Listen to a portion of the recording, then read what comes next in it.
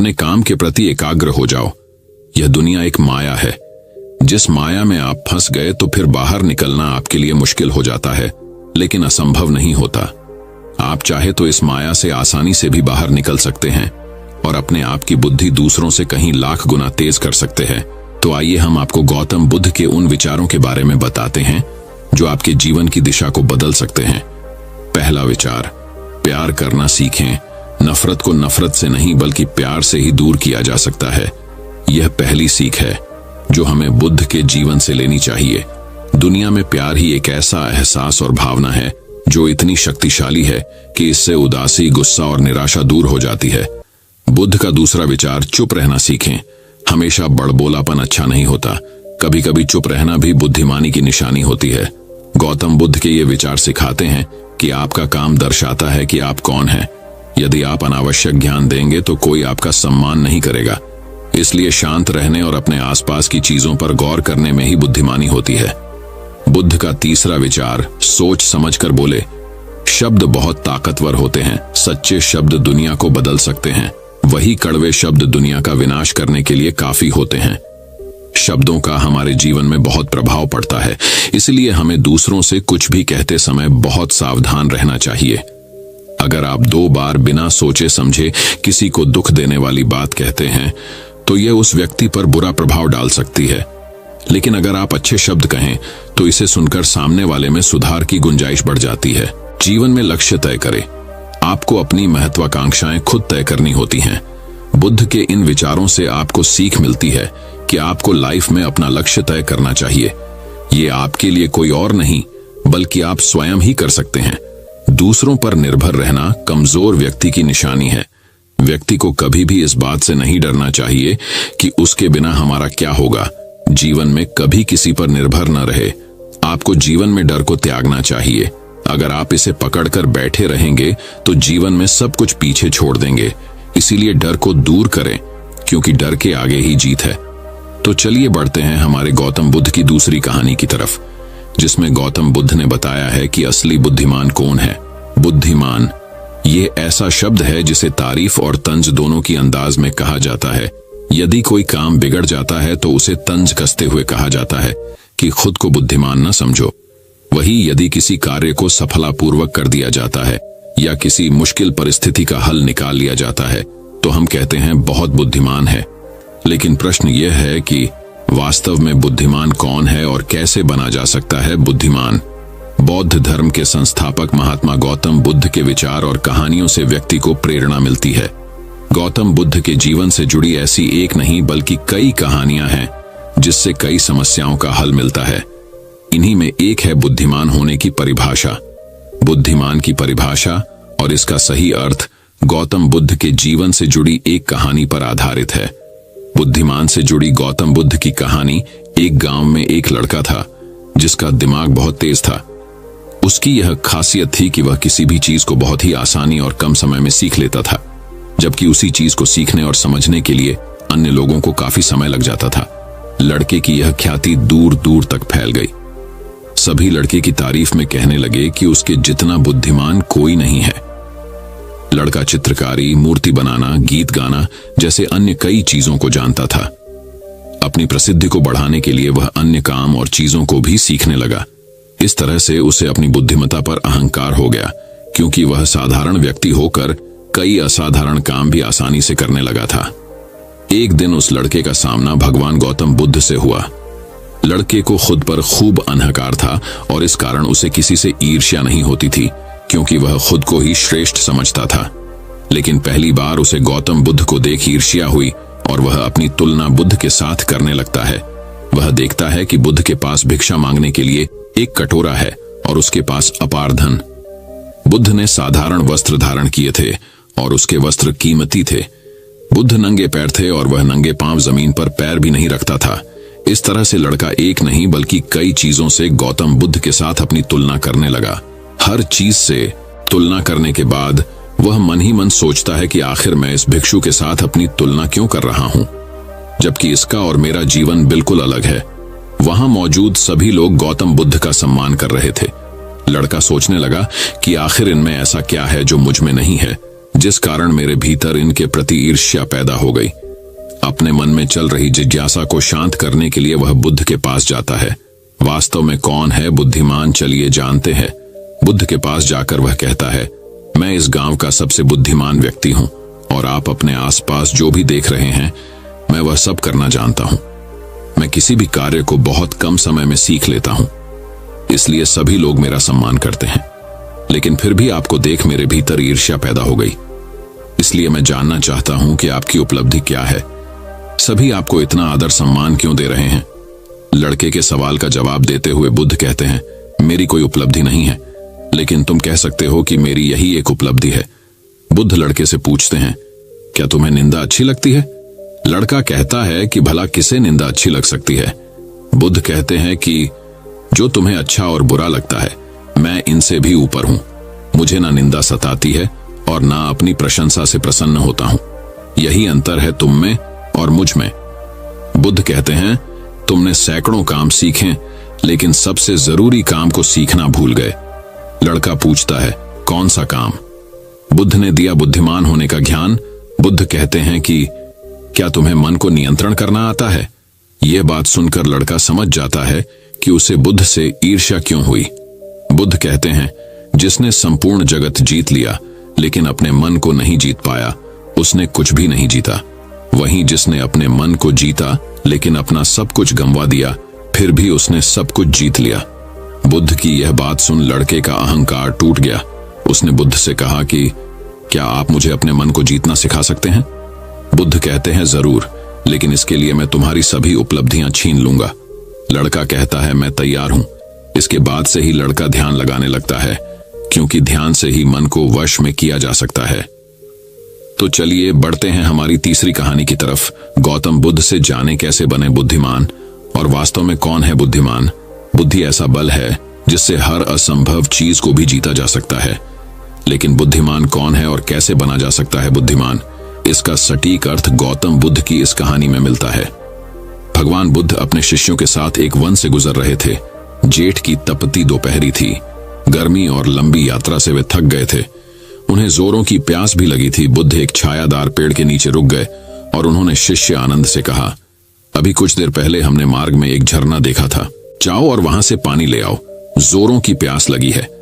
आनंद गए, मगर वह झरना बहुत छोटा था और थोड़ी देर पहले ही वहां से कुछ जानवर गुजरे थे, जिससे ठहरा हुआ पानी हिल गया था और कीचड़दच नीचे से ऊपर आ गया था। पानी पीने लायक नहीं रह गया था। आनंद लौटकर बुद्ध के पास आए और कहा, जानवरों के झुंड के वहां से गुजरने से पानी गंदा हो गया है, वह पीने लायक नहीं है। अगर आप आज्ञा दें तो यहां से कुछ दूरी पर एक नदी है, वहां से जल लेकर आता हूं। बुद्ध ने कहा, उसी झरने पर एक बार फिर जाओ। बुद्ध का आदेश पाकर आनंद को फिर वहीं जाना पड़ा। हालांकि उसका मन नहीं था, वह जानते थे कि पानी गंदा ही होगा, पर बुद्ध की आज्ञा का भी पालन करना था।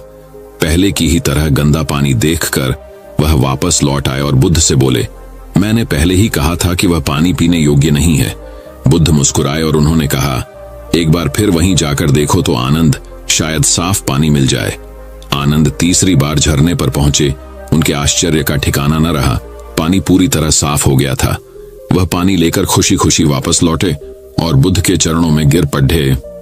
उन्होंने कहा, आपने आज फिर मुझे एक बहुत बड़ी सीख दी। कुछ भी स्थायी नहीं है, सिर्फ धैर्य चाहिए।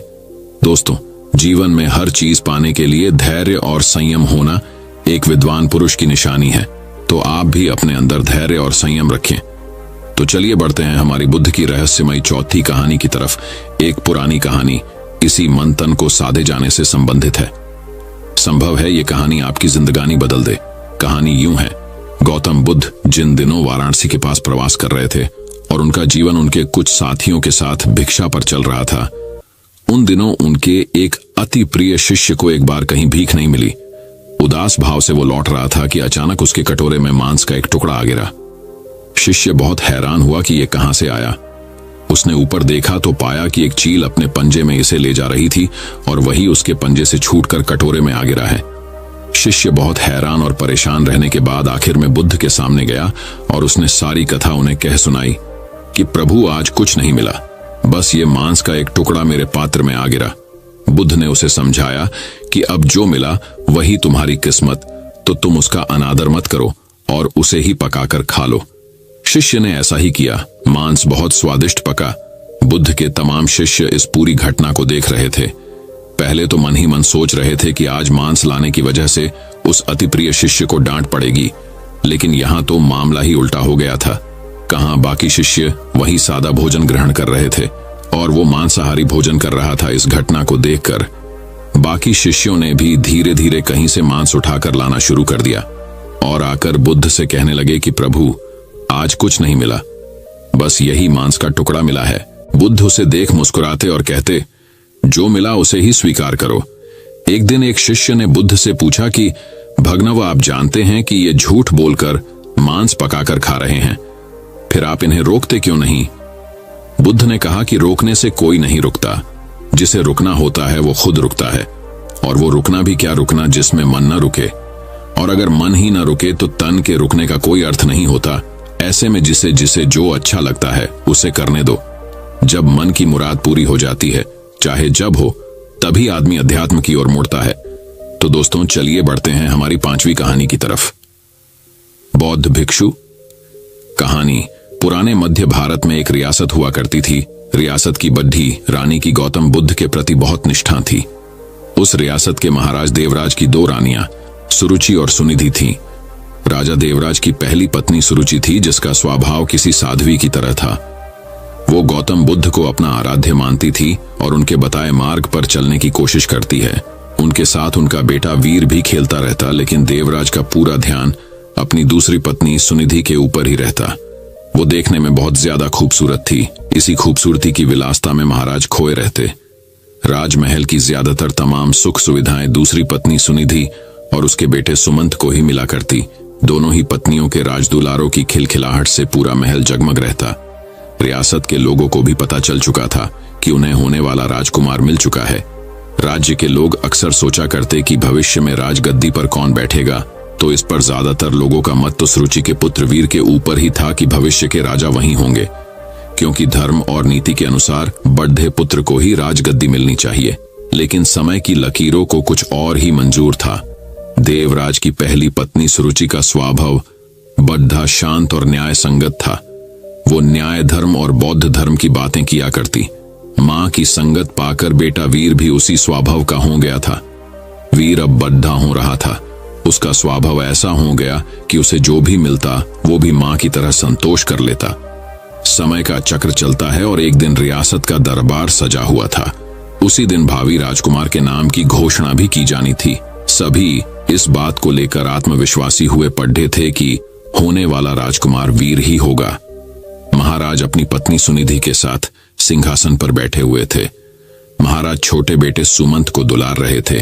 वहीं वीर अपनी मां सुरुचि के साथ दरबार में बैठा हुआ था। सभी पुरोहितों ने वीर की मां को बता दिया था कि आज राजदरबार में वीर के राज तिलक की पूजा है, उसे तैयार करके लाना। वीर की मां सुरुचि ने भी बड्ढे दुलार से अपने बेटे को तैयार किया और ईश्वर के सामने प्रार्थना की और माथा टिकवाया। महल में शंख बजने शुरू हुए। पुरोहितों ने वीर का नाम भी लिया। बालक वीर सौम्या अंदाज में पिता की गद्दी की तरफ बढ़ा और अपने पिता का आशीर्वाद लिया। पिता आशीर्वाद देने के लिए हाथ उठाते कि दूसरी रानी सुनिधि ने पीछे धकेल दिया। वीर की आंखों से आंसू गिरने लगे। भरे राज दरबार में गुस्से से लाल रानी सुनिधि ने वीर की कलाई को मोड़ दिया था। उन्हें सिंहासन पर पहुंचने से रोक दिया। फिर सुनिधि ने अपने कड़ीडीढ़ शब्दों और सख्त आवाज में कहा कि तुम इस सिंहासन और महाराज की गोद में बैठ नहीं सकते। सिंहासन में बैठने वाला काबिल हो या ना हो, वो चहेती रानी का पुत्र ही होना चाहिए। तुम दासी के बराबर वाली रानी के पुत्र हो। सिंहासन पर मेरा पुत्र सुमंत ही बैठेगा और जो सिंहासन पर बैठेगा जनता उसी को राजकुमार मानकर आदर सम्मान देगी। तुम जाओ अपनी माता के पास और बुद्ध की सेवा करो। मेरे रहते तुम्हें आत्मसम्मान कभी नहीं मिल सकता। जाओ, पहले अपना भाग्य बदल कर आओ। राजकुमार बनने के लिए तुम्हें मेरी कोख से जन्म लेना पड़ेगा। यह सब सुनकर पूरा राज दरबार हक्का बक्का रह गया। सबको आश्चर्य भरी नजरों से महाराज देवराज की ओर देखे जा रहे थे कि महाराज कुछ बोल क्यों नहीं रहे। लेकिन महाराज बोलते भी क्या, वे नजरें झुकाए बैठे थे, क्योंकि उनकी आंखों और मन पर तो रानी सुनिधि की खूबसूरती और विलासता का पर्दा पड़े हुआ था। ऐसे में भला वो रानी का विद्रोह कैसे कर सकते थे? अगर वो रानी का विद्रोह करते तो उनकी विलासता भरी रातें कैसे रंगीन होती, खूबसूरत जिस्म का आनंद लेने से वंचित हो जाते। वीर को अपनी सौतेली मां की बातों से ज्यादा बुरा अपने पिता के चुप रहने का लगा। कुछ देर बाद वो राजमहल के बाहर चला गया। संध्या आरती का समय होने चला था। वीर की मां सुरुचि ने वीर को अपने पास बुलाया। वीर का चेहरा देखकर वो घबरा गई। वीर ने उनसे कहा कि मां, पिताजी हमारे साथ ऐसा क्यों करते हैं? अब हमारा क्या होगा? क्या मुझे कभी किसी का मान सम्मान प्राप्त नहीं हो पाएगा?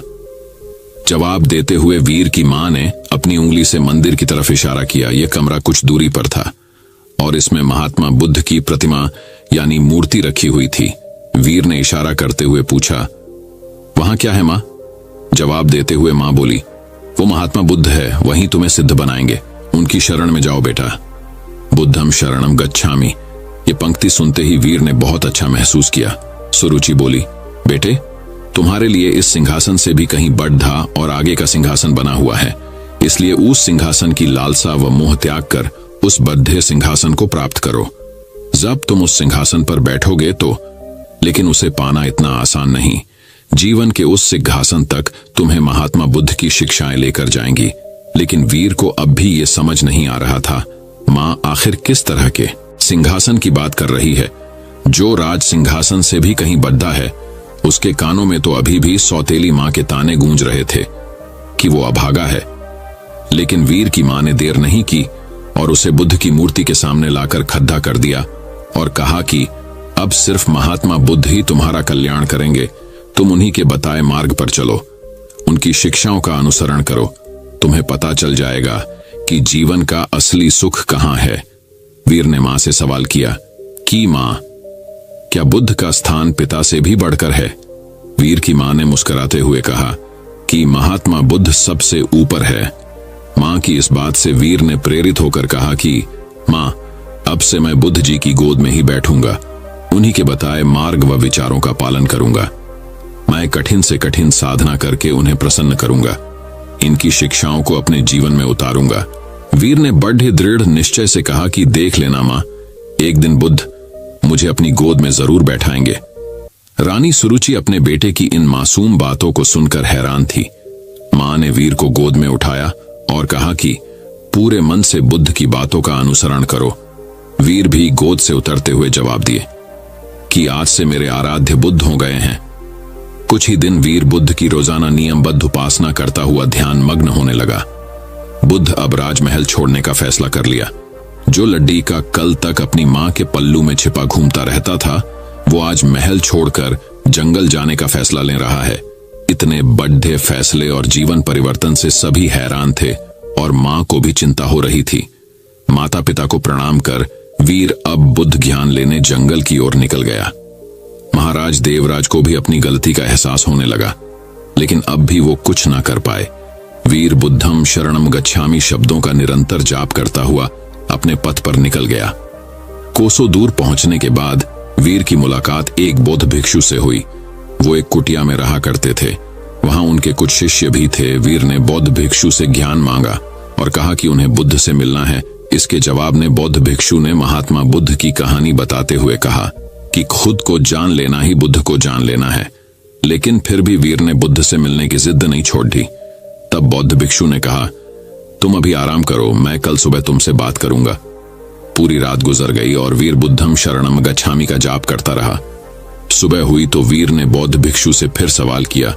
भिक्षु ने जवाब में कहा कि अभी मेरी एक अंगूठी खो गई है, उसमें मेरी जान बसती थी, उसे खोज दो, फिर मिलवाता हूं।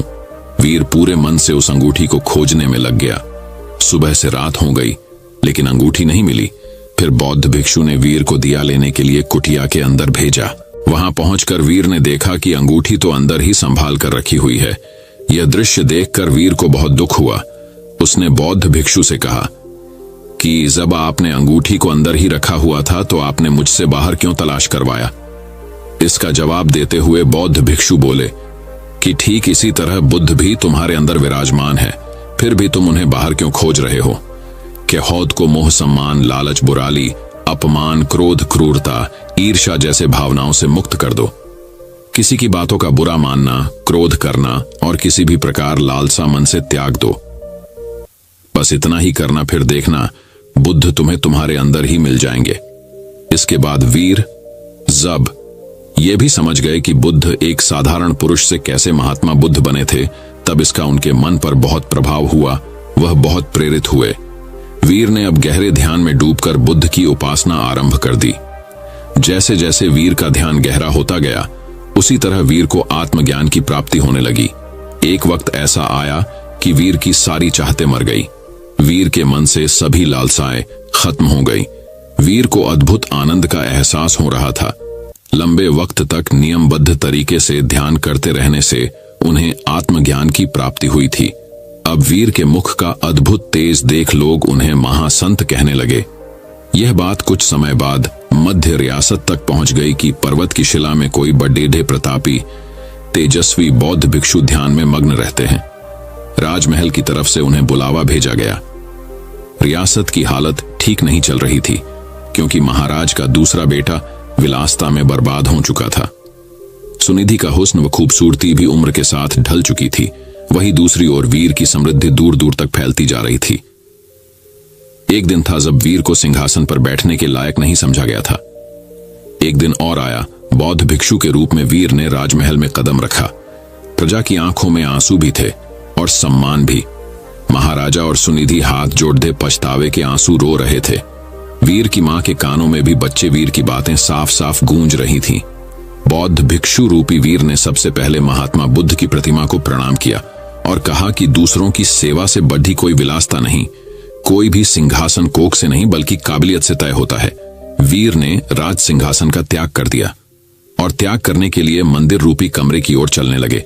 वहां वीर को देखने वाले लोग महसूस कर पा रहे थे कि जैसे कोई शांति की मूर्ति चल रही हो। बुद्ध की शरण में जाकर एक साधारण सा बालक वीर सिद्ध पुरुष बनकर लौटा था। दक्षिण भारत में आज भी यह कहा जाता है कि वीर को बुद्ध मंदिर की ओर जाते देखा था सबने, पर वापस आते कभी नहीं देखा गया। जब मंदिर के भीतर गए तो वहां पर बस भिक्षु वस्त्र ही मिले थे। कहा जाता है वह सिद्ध हो चुके थे, उन्होंने बुद्ध की शरणों में शरण ले ली थी। इस कहानी से हमें सीखने को मिलता है कि कर्म भाग्य से कहीं बड़ा होता है, परिस्थितियों को बदल देने की क्षमता रखता है। बुरा कर्म धीरे धीरे मनुष्य से एक दिन सब कुछ छीन लेता है। मन का चयन, सुख, शांति, धन, संपदा, वैभव, सम्मान, प्रतिष्ठा। बुरा कर्म, घालत आदतें एक दिन मनुष्य का जीवन नर्क बना देती है। इस कहानी से हमें यही सीखने को मिलता है कि ईश्वर सभी के अंदर, इसकी खोज स्वयं में करें। ईश्वर की मौजूदगी का एहसास जरूर होगा। जीवन में कोई पाप ना करें, हमेशा मदद करें और इंसानियत को जिंदा रखें। जीवन सफल होगा। तो दोस्तों चलिए बढ़ते हैं हमारे गौतम बुद्ध की छठी कहानी की तरफ। बहुत समय पहले एक साधु भिक्षु रहता था। उन्होंने अपना समय समाज के बंधनों से दूर बिताना पसंद किया और इसके बजाय अपने ध्यान अभ्यास को गहरा करने के लिए प्रकृति के भीतर एकांत की तलाश की। वह अब भी अपना भिक्षा भोजन इकट्ठा करने के लिए हर सुबह जल्दी ही स्थानीय गांव में जाता था और हमारे भिक्षु कई वर्षों तक इसी प्रकार रहे। एक दिन दोपहर को हमारे भिक्षु को अपना भिक्षा भोजन प्राप्त करने के बाद उसे अपना सामान्य ध्यान गद्दी मिली और समाधि ध्यान का अभ्यास करना शुरू कर दिया और अपनी सांसों के प्रति जागरूक होना शुरू कर दिया। उनकी एकाग्रता इतनी अधिक हो गई कि हमारे भिक्षु बहुत देर तक बैठे रहे। उसने बड़े सांप को करीब और करीब आते नहीं देखा। हमारे भिक्षु अपनी एकाग्रता में इतना लीन थे कि वह एक पेड़ की तरह शांत हो गए थे। बड़े सांप ने मौन और शांत भिक्षु पर ध्यान भी नहीं दिया, जो एक पेड़ की तरह स्थिर होकर ध्यान कर रहा था। उसने जो कुछ देखा वह भिक्षुओं के उन वस्त्रों में एक अच्छी गर्म सोने की जगह थी, जो उसके क्रॉस किए हुए पैरों के चारों ओर लिपटी हुई थी और धूप में थी। हमारा सांप भिक्षुओं की गोद में चिपक गया और गहरी नींद में सो गया। हमारे भिक्षु के साथ गहन ध्यान मग्न एकाग्रता में लगभग 1 घंटा इसी तरह बीत गया और हमारा सांप उसकी गोद में सो गया। धीरे धीरे भिक्षु ने अपना ध्यान अपने परिवेश पर लौटाया और उसे अपनी गोद में एक असामान्य वजन का एहसास होने लगा। आप भिक्षु के आश्चर्य की कल्पना कर सकते हैं जब उसने उसकी गोद की ओर देखा। पीतल जैसा साहसी एक बहुत बड़ा सांप सचमुच उसकी गोद में छिप गया था और गहरी नींद में सो गया था। भय ने हमारे भिक्षु को जकड़ लिया और उन्होंने तुरंत अपनी आंखें बंद कर लीं और फिर से ध्यान करना शुरू कर दिया। उन्होंने खुद को शांत किया और अपनी ट्रेनिंग को याद किया। सभी चीजें अनित्य और सदैव परिवर्तनशील हैं। वह बिना किसी संदेह के जानता था कि सांप फिर से आगे बढ़ेगा और इसलिए वह ध्यान में रहा। लेकिन हमारा सांप बहुत सहज था और हिलना नहीं चाहता था। वह वहीं रुका रहा जहां वह गहरी नींद में सो रहा था। ऐसा कई घंटों और फिर कई दिनों तक चलता रहा। आखिरकार ग्रामीणों को अपने भिक्षु की अनुपस्थिति का एहसास होने लगा और उन्होंने उनसे मिलने का फैसला किया। ग्रामीण भोजन और प्रसाद लेकर आए। हालांकि जैसे ही वे पास आए, उन्होंने देखा कि भिक्षु ध्यान में चुपचाप बैठा था। वे सभी भिक्षु की शांति और उसकी शांति में इतने खोए हुए थे कि उन्हें ध्यान ही नहीं आया कि सांप उसकी गोद में गहरी नींद में सो रहा है। धीरे धीरे प्रत्येक ग्रामीण ध्यान करने वाले साधु के प्रति सम्मान पूर्वक झुक गया और अपना प्रसाद और हमारे साधु को उसके ध्यान पर छोड़ दिया। कई कई दिनों तक जिंदगी ऐसे ही चलती रही। हमारा भिक्षु भय के कारण गहरी ध्यान मग्न एकाग्रता में है। सांप उसकी गोद में यथासंभव आराम से सो गया और ग्रामीण प्रतिदिन भोजन कराने आ रहे हैं। आखिरकार हमारे सांप को पता चला कि वह भूखा हो गया है। उसने भिक्षुओं की गोद से खुद को अलग किया और अपनी सबसे बड़ी स्ट्रेचिंग की और भोजन की तलाश में धीरे धीरे फिसलने लगा। हमारे भिक्षु भी धीरे धीरे ध्यान से बाहर आए, लेकिन भीतर ही भीतर कुछ बदल गया था। वह कई दिनों तक अपने मन में पूरी तरह तल्लीन होकर बैठा रहा और अब हम अपने मन के भीतर की प्रक्रियाओं को पहाड़ी झील की तरह स्पष्ट देख सकते हैं। वह देख सकता था जो मानवता को इतना दर्द और पीड़ा पहुंचाता है। उसने आत्मज्ञान प्राप्त कर लिया था। कभी कभी डर हमें कुछ उल्लेखनीय कार्य करने के लिए मजबूर कर सकता है, लेकिन हमारी सोच को पंगु बनाने की शक्ति भी रखता है। हम में से हर किसी ने अपने जीवन में डर का अनुभव किया है और यही महत्वपूर्ण है कि हम उस डर को अपनी सोच पर हावी न होने दें और आगे बढ़े। डर परिवर्तनशील और अनिश्चित स्थितियों के प्रति एक स्वाभाविक प्रतिक्रिया है। उस डर से जुड़ना और उसके भीतर जीवन जीना कोई स्वाभाविक प्रतिक्रिया नहीं है। यह अत्यधिक सोचना है। यदि डर आपके निर्णय लेने पर प्रतिकूल प्रभाव डाल रहा है, तो हम जीवन के बारे में जरूरत से ज्यादा सोच रहे हैं और हमें आराम करने का रास्ता खोजने की जरूरत है। ध्यान मन को शांत करने और अत्यधिक सोचने की आदत को शांत करने में मदद करता है। डर को महसूस करे और कैसे भी इसे निकलने की कोशिश करे।